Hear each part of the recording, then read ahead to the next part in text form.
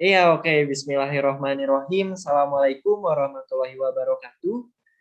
Selamat malam dimanapun Anda berada. Perkenalkan, saya Lutfi Rahman. Kembali lagi bersama kami di Ponis Podcast Bisnis episode 6.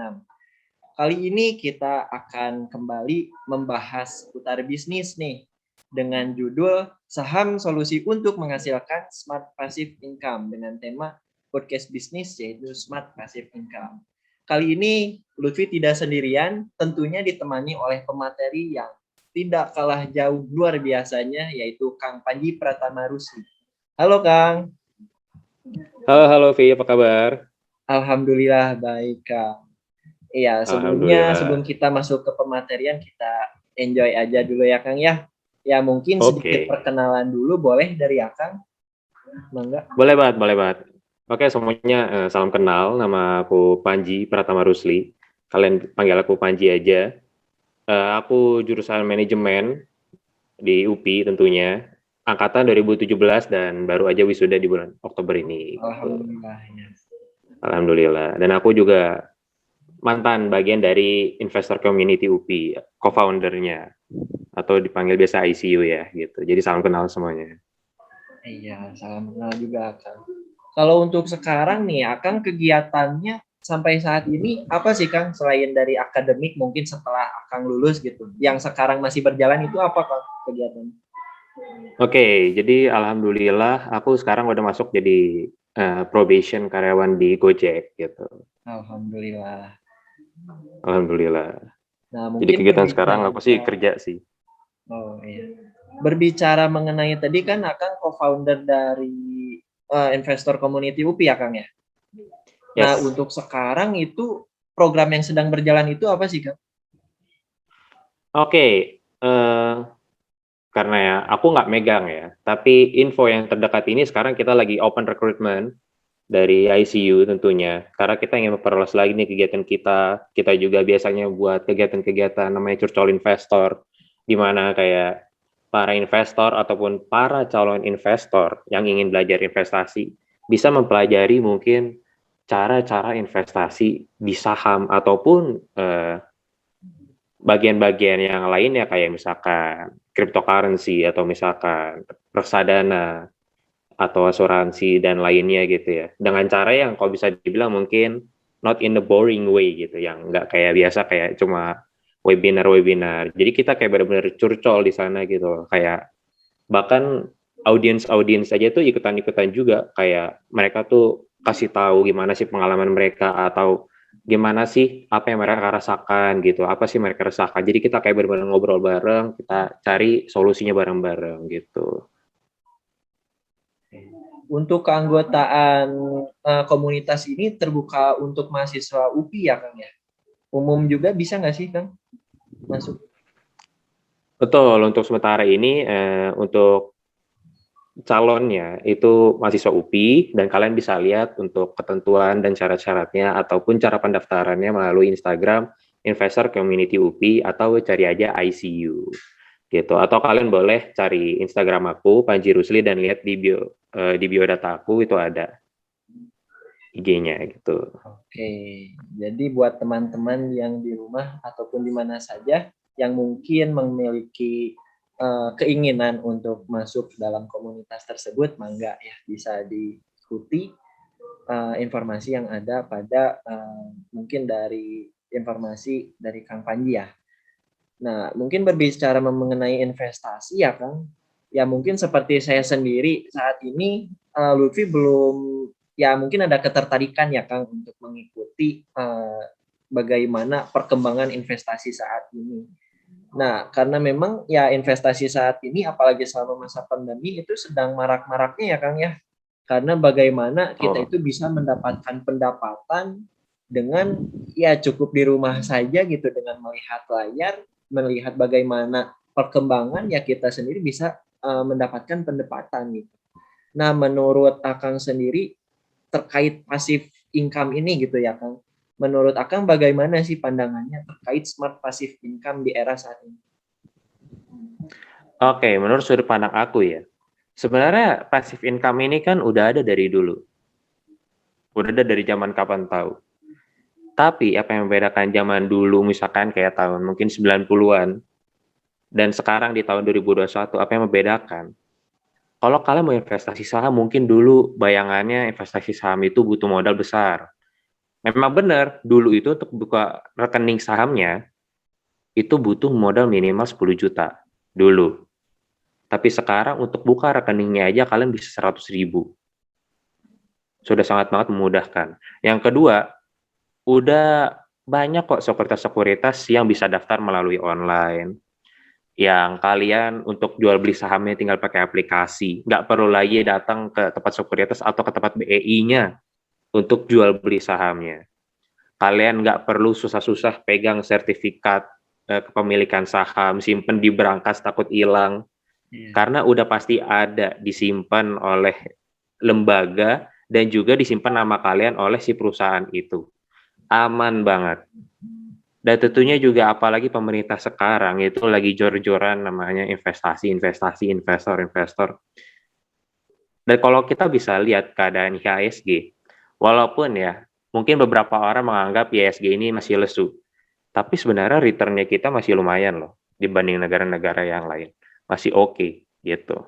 Apalagi kalau misalkan kita perhatiin kayak dari tahun 2017 tuh pada saat masih keadaan bagus ya sebelum pandemi. Indonesia itu tuh returnnya yang paling gede di saham dibandingkan bursa-bursa saham negara lainnya. Bahkan di negara kita aja, perusahaan-perusahaan besarnya kasih dividen dibandingkan negara-negara lain kayak Amerika. I'm sorry ya kalau misalkan bawa merek kayak misalkan Tesla, itu mereka nggak kasih dividen. Jadi memang Indonesia itu returnnya paling gede dalam saham. So, ya menurut pandangan aku, ini opportunity yang bagus banget. Mau mulai kapanpun, nggak ada kata telat di saham itu. Kayak gitu. Oke. Berbicara mengenai tadi ya Kang ya terkait saham, menurut Akang sendiri apa sih yang membuat saham sebagai solusi investasi saat ini? Oke. Sebenarnya kan investasi itu baik jenis ya, Via. Iya. Kayak ada asuransi, ada deposito, reksadana, saham, ada namanya juga surat utang atau obligasi. Ada juga sekarang namanya cryptocurrency untuk beberapa orang dianggap itu sebagai investasi. Tapi gini, pernah nggak sih kebayang misalkan mau kita ambil deposito? Kamu tahu nggak, Vi, minimal deposito itu berapa? Kurang tahu Kang. Kurang tahu ya? Iya. Kita minimal deposito itu 6-10 juta.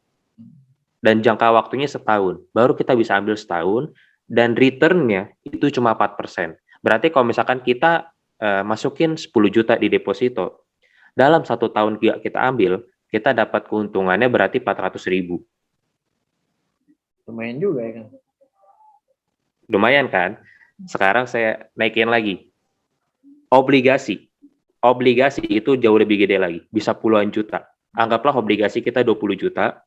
Dalam jangka waktu 2 tahun, tiap tahunnya dikasih 6%. Yang berarti kalau dari 20 juta, 6% kan berarti ya sekitar, let's say, ya 4 juta lah. Kita bulatin lagi, 4 juta sampai 6 juta. Sorry, 400 sampai 600. Kita kali 2 tahun, berarti kan return dia ada 1,2 juta. Dari 20 juta dalam 2 tahun. Jauh lebih lumayan lagi kan dibanding deposito. Sekarang, kita naikin lagi ke saham. Kita beli saham yang lagi oke ini misalkan seperti BBCA, yang kemarin naik 30%. BBCA stock split di harga 6 ribuan. Yang berarti kita cukup beli 600 ribu. Itu kita udah punya kepemilikan sahamnya.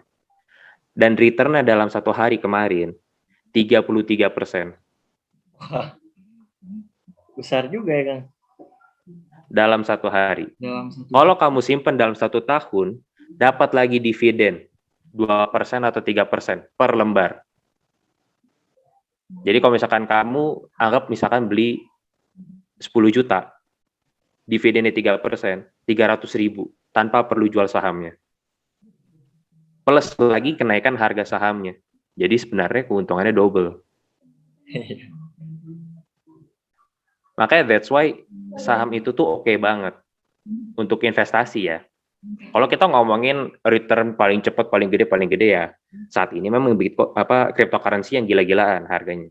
Naik gila-gilaan, turun gila-gilaan.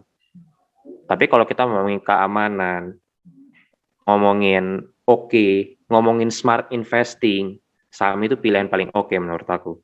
Apalagi untuk kita khusus yang mungkin masih muda, masih mahasiswa generasi milenial gitu ya. Saham itu oke banget gitu. Karena yang tadi double keuntungannya tuh double dibandingkan yang lain. Kayak gitu. Oke.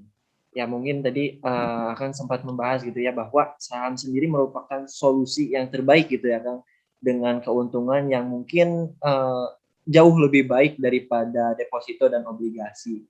Nah, mungkin mengingat hal tersebut gitu ya, mungkin Lutfi sendiri sekarang belum menginjak ke dalam investor sendiri ya Kang, dan memang ya Lutfi sendiri memiliki ketertarikan gitu dalam melakukan investasi. Nah, menurut Akang sendiri gitu, apa sih yang harus dipersiapkan gitu sebagai pemula gitu kan, yang memang dimulai dari nol banget gitu? Mulai dari nol banget ya. Iya. Oke. Tentu aku juga ini ya. Aku mau kasih tahu ini bukan hal yang teoritis. Aku mau kasih tahu ini sebagai pengalaman. Aku juga sebagai investor itu di tahun 2018. Berarti semester 2 aku kuliah di UPI, aku baru jadi investor. Yang pertama itu adalah niat yang pertama. Yang penting niat dulu. Kalian tahu investasi dan pasti akan langsung banyak banget spekulasi-spekulasi yang buruk di luar sana. Saham itu merugikan, saham itu berbahaya, saham itu judi, saham itu riba, dan lain-lain. Banyak banget. Oke. Tapi gini, kalau aku jawab semuanya satu-satu, pasti akan panjang kan, pasti akan beredar. Mungkin waktu podcast ini, jangka waktu itu nggak cukup gitu. Iya. Tapi kalau kita niat, kita pasti akan cari tahu jawabannya, dan kita akan yakin sendiri. Itu dia. Kalau misalkan ngomongin saham itu haram, ya ini udah klise sih menurut aku ya, karena dari MUI sendiri pun udah keluarin fatwanya kok untuk transaksi saham, dan itu sah-sah aja, halal gitu. Dan yang kedua, itu kalian pelajari dulu. Pelajari ilmunya. Ilmunya dalam hal apa? Gini, di saham itu kan kita bisa memilah-milah profil risiko kita. Profil risiko itu apa sih maksudnya? Gini, Vi, kalau aku tanya kamu, misalkan kamu bisa investasi, aku saranin kamu investasi di Bank BCA. Tapi Bank BCA kali ini risikonya besar, misalkan, untuk tahun ini. Bisa aja kamu kehilangan, dari modal kamu yang 1 juta, bisa aja kamu kehilangan 50%, 500.000. Menurut kamu mau nggak investasi? Investasi mungkin melihat dari risiko besarnya ya kurang tertarik sih Kang ya. Kurang tertarik. Iya, iya. Tapi ada orang yang tertarik. Kenapa? Karena returnnya bisa kasih 1000%. Oh, jadi semakin besar resiko, mungkin jika ada peluang bisa meningkatkan lebih besar juga ya Kang ya itu. Betul. Nah, tapi memang untuk kita memahami hal ini, kita perlu pelajari dulu. Kayak saham apa yang seharusnya kita pilih, sektor-sektor bisnis apa yang akan oke di masa depan, atau ada info atau spekulasi-spekulasi apa nih yang membuat nama baik atau nama buruk perusahaan kita bakal muncul. Karena semua hal itu, banyak hal itu akan mempengaruhi si harga saham. Gitu. Karena yang memiliki si perusahaan terbuka itu kan banyak banget orangnya. Kayak gitu. Maka itu harus kita pelajari ilmunya. Maupun ilmu fundamental ataupun teknikal. Fundamental itu apa? Simpelnya, fundamental itu ilmu kita mempelajari si unsur intrinsik perusahaan atau inti dari si perusahaan. Kayak kita tahu perusahaan apa yang mau kita beli. Kayak tadi BCA, BBRI, BNI, terus laporan keuangannya gimana, kita lihat utangnya gede nggak, apakah keuntungannya dia di atas ekuitasnya dia dan di atas utangnya dia, apakah keuntungan dia naik setiap tahunnya, apakah utangnya dia juga naik setiap tahunnya, apakah utangnya dia di atas ekuitasnya dia, itu semua akan berpengaruh banget. Dan nggak bisa dipelajari dalam waktu dekat. Gitu. Memang saham itu harus belajar banyak, harus banyak belajar. Tapi nggak bisa belajar dari buku doang, dari pengalaman. Kayak gitu. Jadi pokoknya harus banyak baca, banyak belajar. Belajar dari mentor, belajar dari buku, belajar dari YouTube, apapun. Ambil aja infonya. Baca banyak-banyak baca berita, banyak-banyak baca keadaan ekonomi di Indonesia. Makro mikro ekonomi itu berpengaruh banget loh untuk saham. Kayak gitu. Berita mobil listrik aja, pabrik baterai mobil listrik di Indonesia dulu yang naik perusahaan Antam, Aneka Tambang, karena nikelnya banyaknya itu dari Antam, sepengaruhnya itu gitu, sepengaruh itu. Makanya memang kalau di saham itu tuh apapun itu bisa aja berpengaruh. Jadi gimana ya, kalau aku jelasin itu mungkin apa perbedaan investor sama bisnis itu, investor itu kita melihat masa depan, bisnis yang sustain, yang melihat masa sekarang. Itu dia. Jadi memang ilmunya itu sedikit berbeda. Ilmunya sedikit berbeda. Tapi sebenarnya ya ujung-ujungnya sama aja sifatnya gitu. Aduh, sorry jadi kemana-mana. Yang pertama niat, yang kedua pelajari ilmunya, yang terakhir tips dari aku ya, mulai. Mulai. Sekarang saham aturannya udah nggak sulit, minimal 100.000 udah bisa, banyak perusahaan stock split, perusahaan bagus, BRI di harga 3 ribuan, Unilever di harga 5 ribuan, 6 ribuan, habis itu juga harga BCA sekarang di harga 7 ribuan, ada Bukalapak, nanti mau ada IPO lagi Goto, mau IPO lagi Oyo, this is big moment gitu. Jadi ya jangan sampai kelewat, kayak gitu. Dan tips terakhir sih, jangan jangan langsung pakai semua modal investasi saham. Saham itu bisa aja ada ruginya. Tapi kalau kalian pakai semua modal kalian, ya nanti mau gimana lagi kan uangnya, paham nggak? Kayak kalau hilang ya mau dikemanain. Jangan pakai semua uang kalian. Lakukanlah perencanaan keuangan yang baik. Kayak gitu. Dan jangan buat fokus kalau saham itu, saham itu bisa bikin keuntungan cepat, bisa bikin orang cepat kaya, tidur doang bisa dapat uang. Iya, semua itu nggak salah. Tapi belum tentu hal-hal itu akan terjadi ke kalian secara langsung. Kayak gitu. Semua pasti memulai dari bawah kok. Bahkan Timothy Ronald aja yang terkenal, salah satu founder ternak uang, itu udah investasi saham dari umur 15 tahun. Jadi kalian kebayangkan sebenarnya pengalaman dia itu berapa lama di bursa saham. Gitu. Mungkin itu sih tips dari aku. Oke. Mungkin karena ya mungkin tadi dari niat dulu ya Kang ya, harus dibangun dari awal.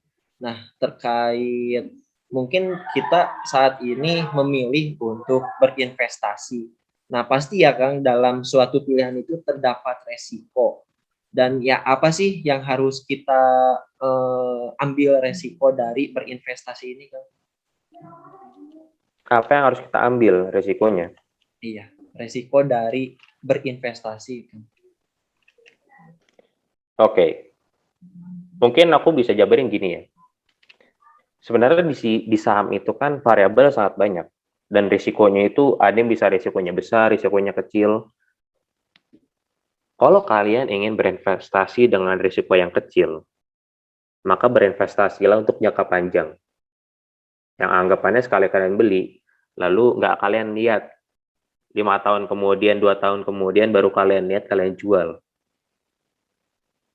Kalau kalian memang kayak tadi yang aku bilang, kalian 50%, 500% rugi nggak masalah. Ya, silakan kalian jual beli sahamnya setiap hari. Kayak gitu. Dan kalian juga harus tahu bahwa di saham itu memang ada risikonya. Uang bisa hilang nggak? Bisa aja. Tapi kekayaan kalian juga bisa berlipat-lipat. Gitu loh. Malah menurut aku sebenarnya, risiko yang diberikan, yang ada di bursa saham, itu nggak sebanding dengan keuntungan yang diberikan. Kalau kita milih tepat. Gitu. Kita bisa kehilangan uang, kita bisa aja mungkin kehabisan waktu, kalau kita ambil risiko yang besar ya. Ataupun kita bisa aja ketinggalan momen. Kita baca berita PTA mau bikin bla bla bla bla. Kita biarinin aja. Setelah PTA-nya beneran udah bikin dan ternyata sukses besar, harga sahamnya udah di atas, udah di puncak, udah naik 200-300%. Kalau kalian beli pada saat itu, nah itu kalian berarti salah besar. Itu dia. Jadi memang kalau aku jelasin rinci banget sih susah ya. Cuma intinya adalah di saham itu ya kehilangan uang itu bisa banget, kehilangan modal itu bisa, kehilangan waktu, kalian juga bisa mungkin stres. Karena itu tadi kan, kalian tiduran bisa dapat uang, tapi tiduran juga bisa hilang uang gitu. Maka itu memang harus dipelajari baik-baik. Tapi gini, mungkin aku pengen ini kali ya, kasih tips sedikit ke kita semua, tentunya aku juga. Tujuan utama sebenarnya bursa saham ini dibuat, itu untuk membantu kita para masyarakat. Ngebantu itu memang dalam hal apa sih sebenarnya? Kalian pernah dengar, mungkin Lutfi pernah dengar gak sih, kayak pepatah, yang kaya makin kaya, yang miskin makin miskin? Iya, pernah kan. Pernah kan? Tapi pernah kebayang nggak itu kenapa sih pepatah itu ada? Belum terbayang kan? Belum terbayang ya? Iya. Jadi gini, pernah perhatiin nggak sih kenapa BCA makin gede? Kenapa Jarum gudang garam makin besar? Kenapa Unilever tetap makin besar? Sekarang Goto makin besar. Dan mungkin perusahaan-perusahaan startup lainnya juga makin besar lagi. Sedangkan kita yang karyawan, ngandelin gaji, kehidupannya udah mepet-mepet, pas pensiun harus kerja lagi, jualan, bikin apa, atau ngelakuin apa. Karena kita, sebagai karyawan biasa ya, kita itu bekerja, tapi uangnya tidur. Sedangkan mereka yang di atas, yang posisinya di atas, mungkin tidur, mungkin, tapi uangnya yang bekerja. Nah, tapi cara uang itu bekerja gimana? Kita kebayang nggak? Kan yang punya BCA itu kan Hartono Brothers ya. Apakah mereka masih bekerja? Enggak kan? Tapi BCA masih jalan kan? Masih. Ya kan? Itu dia konsepnya. Nah, sekarang gimana kita orang biasa bisa seperti mereka? Tapi ya memang kita harus akui, nggak semua orang bisa jadi entrepreneur kan, seperti mereka juga. Salah satunya dengan cara saham. Saham itu kan konsepnya kan kita membeli perusahaan. Kita ikut join bisnisnya mereka. Nah, itu adalah salah satu caranya. Kita beli perusahaan mereka, mereka yang bekerja, nanti harga saham naik, nanti kita dapat dividen dari keuntungan, itu semua kita nikmatin.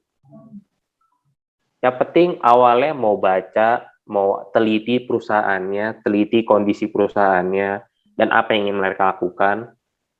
Kita beli, kita yakin pada mereka, kita diem, kita tunggu, kita biarkan mereka yang bekerja. 2 tahun, 3 tahun kemudian kita dapat manisnya. Jadi itu sebenarnya konsepnya. Kita, kalau boleh tahu nih, Vi, kamu untuk pendapatan masih dapat gaji dari orang tua atau kamu juga ada kerja mungkin? Kalau untuk sekarang masih dari orang tua sih, Kak. Iya. Masih dari orang tua ya. Nah, sekarang kamu tanemin konsep ini, gaji dari orang tua, tapi kamu juga bisa dapat pendapatan dari yang lain, dari saham itu. Tanpa perlu kamu bekerja lebih anggapannya. Yang penting kamu mau aja belajar dulu di awal. Kayak gitu. Itu konsepnya. Sama seperti orang bekerja. Kehidupan kita kan makin lama makin mahal kan. 100.000 yang sekarang kan belum tentu 100.000 2 tahun 3 tahun mendatang itu nilainya sama. Apa yang kita beli itu bisa sama. Ya kan? Pasti akan terus mengecil gitu 100.000 itu. Maka itu kita harus memperkaya diri kita dengan cara uang yang bekerja untuk kita. Gitu. Jadi nggak, ya yang aku bilang memang banyak resikonya. Nggak boleh sembarangan juga di saham, tapi jangan takut. Gitu loh. Banyak regulasi yang sebenarnya itu untuk mengamankan banget investor Indonesia. Itu baiknya BEI dibandingkan mungkin bursa-bursa negara lainnya. Seperti itu. Gitu. Jadi itu mungkin tips utama dari aku sih ya, yang pengen aku kasih tahu untuk keadaan-keadaan sekarang ini. Gitu. Oke. Nah, mungkin setelah kita tahu gitu ya, Kang, ilmu-ilmunya, ya mungkin nanti kita akan dihadapkan dengan berbagai saham yang cukup banyak ya, Kang ya. Nah, mungkin dari Akang sendiri, jenis-jenis saham yang ada di Bursa Efek itu apa aja sih, Kang? Dan mungkin untuk pemula gitu ya. Nah, mungkin Lutfi sebagai pemula, jenis saham apa sih yang cocok dipilih gitu sebagai target investasi pemula gitu? Oke. Di saham itu biasanya kita bagi dengan nama 3 kategori. Saham blue chip atau saham perusahaan besar, saham menengah atau yang saham perusahaan masih berkembang. Yang ketiga itu saham perusahaan kecil. Kalau biasanya investor bilang saham gorengan. Aku jelasin satu-satu. Saham perusahaan besar itu yang kayak bilang tadi, BCA, Unilever, Telkom, dan lain-lain. Yang memang kapitalisasinya mungkin udah triliunan, sampai ratusan triliun, ribuan triliun. Kalau perusahaan menengah, biasanya perusahaan-perusahaan itu lagi berkembang dan kondisinya lumayan. Gitu. Misalkan mungkin kalau misalkan ada startup yang lagi, sekarang kan startup udah banyak ya yang IPO di BEI. Nah, itu banyak itu bagian di tengah. Beberapa di bagian tengah. Gitu. Jadi bisa aja dia sustain di posisi itu, tapi bisa aja dia melonjak jadi blue chip. Seperti itu. Makanya dibilang itu saham-saham menengah. Nah, yang terakhir, yang ketiga, itu saham gorengan. Memang biasanya saham-saham ini kalau kita investor sih bilangnya kurang produktif. Karena harganya ya di situ-situ aja. Tapi sekali naik, naik banget. Kenapa? Karena efek bandar biasanya. Gitu. Jadi ya ini sangat sulit untuk dipelajari. Beda lagi ilmunya. Dan itu sangat berbahaya kalau yang di 3 gitu. Untuk kita yang retail-retail yang uang kita nggak banyak, aku saranin lewati yang posisi yang ketiga, yang gorengan. Kalau yang satu, itu biasa perusahaan besar dan umurnya itu kan udah tua ya. Nah, biasanya mereka itu awet untuk kasih dividen. Selalu kasih dividen biasanya. Tapi memang untuk kenaikan harganya itu nggak signifikan. Nggak signifikan. Mungkin per tahun 5% atau 10% atau 20% gitu. Nggak langsung ratusan persen atau ribuan persen. Kayak gitu. Nah, kalau perusahaan yang menengah, itu baru lonjakannya gila-gilaan. Kimia Farma itu dulu di menengah. semenjak pandemi naiknya 600%. Sekarang jadi di blue chip. Gitu. Kamu tahu ini nggak perusahaan decoding Indonesia? Iya tahu Bang. Tahu ya? Dulu itu dia juga pada saat IPO, dia itu masih menengah hitungannya. Dibeli Indofood naik 50.000%. 50.000%. Yang dulu harga cuma ratusan, sekarang per lembarnya 48 atau 49.000. Gitu. Nah, kalau perusahaan menengah, kayak gitu. Tapi jarang yang bisa seperti itu. Gitu. Jadi kalau misalkan untuk yang investor-investor retail, memang lebih cocoknya itu di blue chip. Karena dari dividen dan kemungkinan besarnya naik itu masih oke lah. Walaupun turun, nggak jauh. Gitu. Tapi ada lagi. Yang tadi itu tuh cuma aku kasih tahu dasar teori doang. Sebenarnya ada lagi. Aku bilang, saham itu kan kita beli perusahaan ya. Ini juga kita harus bagi-bagi sektornya. Kan ada yang sektor itu resources, kayak hasil bumi, yang tambang, dan lain-lain seperti itu. Ada juga yang perbankan, ada juga yang consumer goods, ada juga yang property, ada juga yang construction, dan itu banyak banget. Kayak gitu. Itu pun harus bisa kita pilah-pilah lagi. Kayak gitu. Jadi, ini tips dari aku sih. Kalau kita mau retail ya, kita retail, mungkin kita bisa agak menghindari itu properti.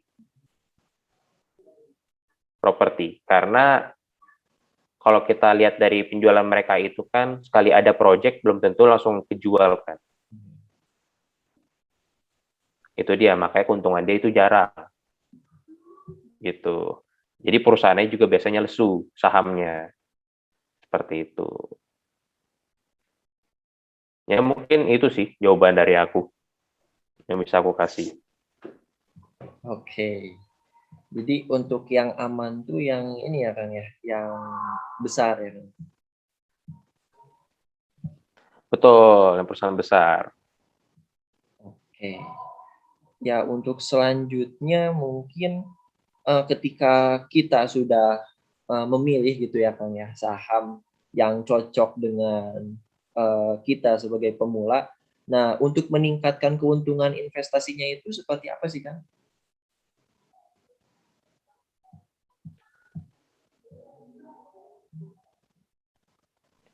Yang pasti ya, yang pasti itu nggak ikut-ikutan. Nggak asal ikut-ikutan. Yang pertama.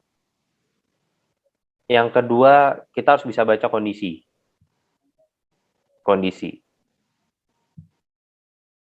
Kalau di investasi itu memang dunia investasi, khususnya investasi saham. Memang ada sih yang namanya informasi adalah emas. Semakin cepat kita dapat informasi, semakin bagus sebenarnya. Misalkan, kayak waktu itu, ada info Tesla mau bikin perusahaan baterai di Indonesia. Orang yang beli Antam duluan, itu gue yakin, bahagianya 7 hari 7 malam.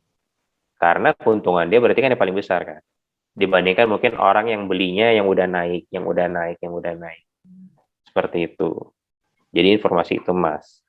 Dan yang ketiga itu tadi, cara kita menganalisa si perusahaan. Aman tidaknya, prospek apa enggak, bagus apa enggak.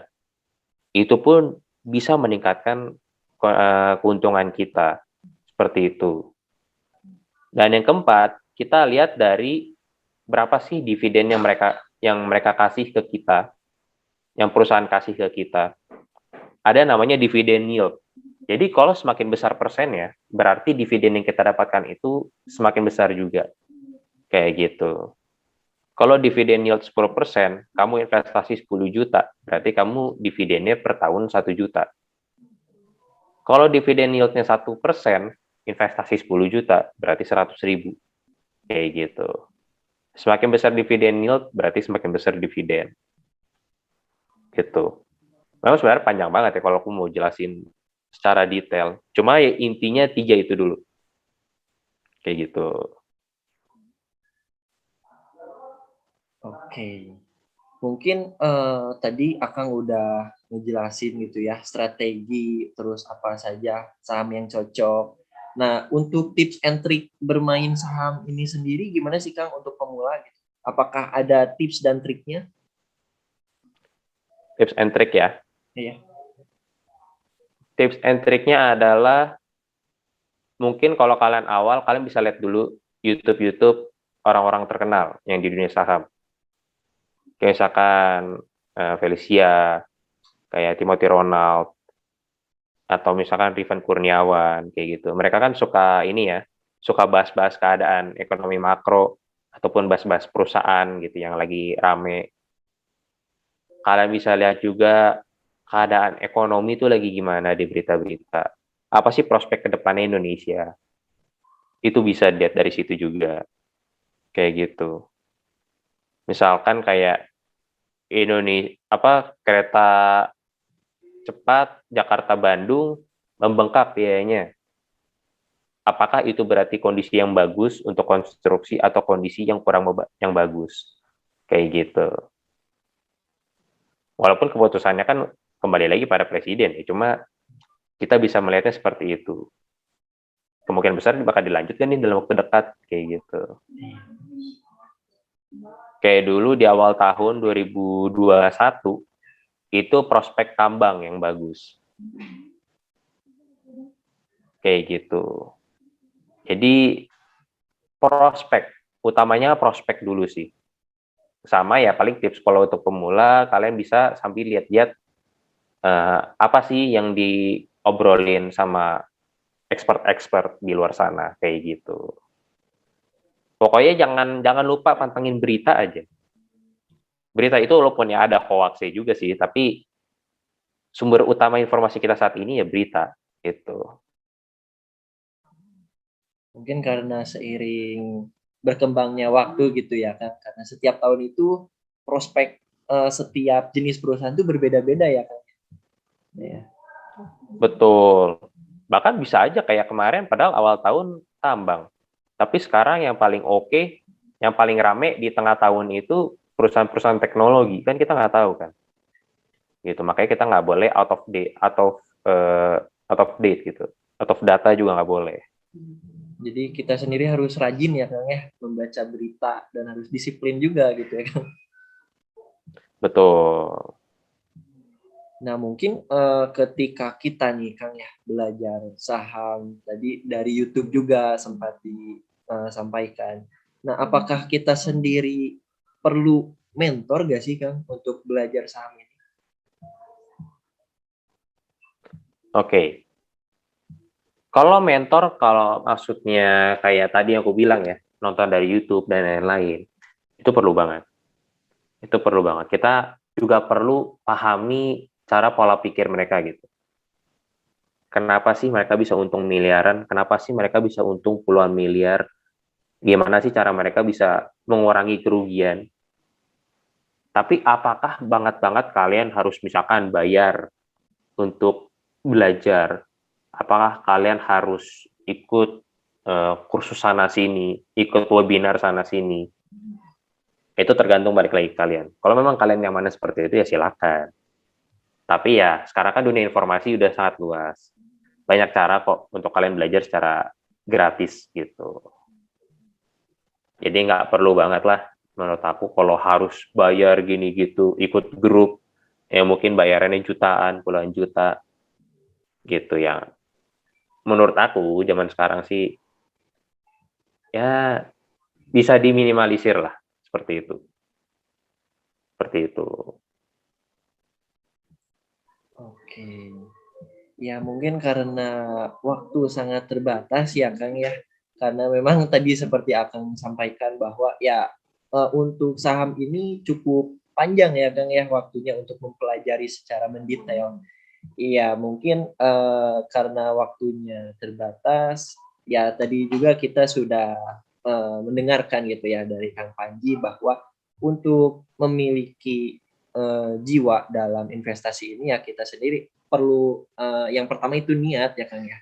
Ya kita sendiri harus merubah pola pikir kita terlebih dahulu gitu ya, bahwa apa-apa itu ya harus dimulai terlebih dahulu gitu. Jadi ya berinvestasi sambil belajar ya. Nah, dan juga Betul. jangan lupa gitu bahwa dalam berinvestasi sendiri kita ya bukan hanya main-main gitu. Ya memang judulnya bermain saham, passive income. Tetapi kita juga perlu adanya sebuah disiplin diri dalam membaca berita, membaca perkembangan terkini, dalam memilih jenis-jenis saham yang cocok sesuai dengan perkembangan zaman. Dan juga kita sendiri harus bertanggung jawab ya Kang ya dalam menghadapi resiko-resiko ke depannya. Ya mungkin terakhir Betul. dari Lutfi kepada Akang, apa ada pesan nggak sih Kang buat wira usahawan muda yang ingin memulai investasi? Oke. Gini ya teman-teman ya, aku jelasin itu kan tadi ilmu. Oke, ilmu cara kita bisa sustain ataupun bisa berkembang secara cepat di dunia saham.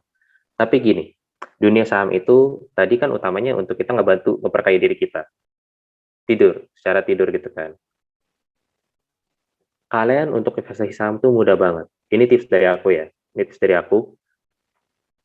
Kalian cukup nabung sebulan 300.000, 400.000, 500.000 sebulan. Yang kalian dalam sebulan itu bisa beli satu lot saham BRI. Dan kalian bayangkan kalau misalkan nanti, ini sekarang Lutfi berarti umurnya berapa nih kalau boleh tahu?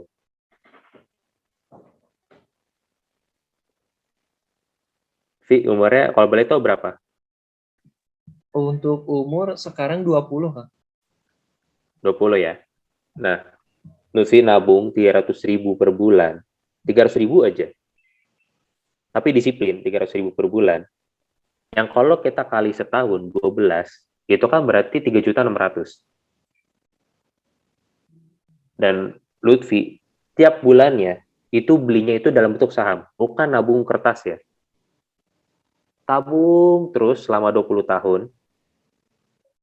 Ya mungkin tadinya harusnya sekitar 720 juta dalam 20 tahun, tapi di saham bisa aja jadi ratusan miliar.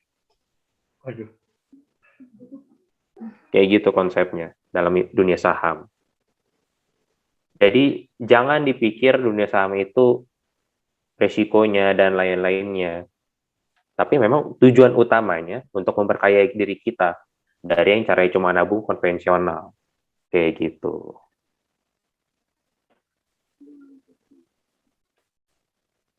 Oke. Iya mungkin terakhir ada closing statement nggak Kang dari Akang, terutama untuk yang ingin memulai investasi atau bahkan yang belum tertarik sama sekali nih Kang, untuk masuk ke dalam dunia investasi ini Kang. Oke. Untuk yang udah tertarik, mungkin udah baca buku dan lain-lain, udah pelajarin, belum berani mulai saham, mungkin alasannya uang dan lain-lain. Ubah berarti pola pikir kalian, ubah cara nyimpen duit kalian. Untuk yang mungkin tertarik tapi ya masih takut-takut mulai dan lainnya, pelajari, langsung mulai aja dan kalian rasakan sendiri gimana rasanya. Untuk yang gak tertarik dan lain-lain, ya udah semoga kalian sukses di cara yang kalian sendiri. Seperti itu. Pokoknya di dunia saham jangan takut karena tujuannya untuk memperkaya diri kita. Memang butuh usaha, tapi insya Allah bisa terbayarkan. Oke. Iya, mungkin untuk podcast bisnis kali ini dicukupkan. Ya, terima kasih kepada pembicara kali ini yaitu Kang Panji Pratama Rusli ya atas ilmunya gitu ya Kang, ilmu beserta pengalamannya kepada kami. Ya, semoga teman-teman di rumah juga bisa mempraktekkan, mengaplikasikan dan ya langsung gitu ya Kang ya memulai untuk berinvestasi. Ya, mungkin cukup sekian yang dapat kami sampaikan kepada teman-teman semua. Terima kasih atas perhatiannya. Wabillahi taufik wal hidayah. Wassalamualaikum warahmatullahi wabarakatuh. Saya Lutfi pamit undur diri. Terima kasih.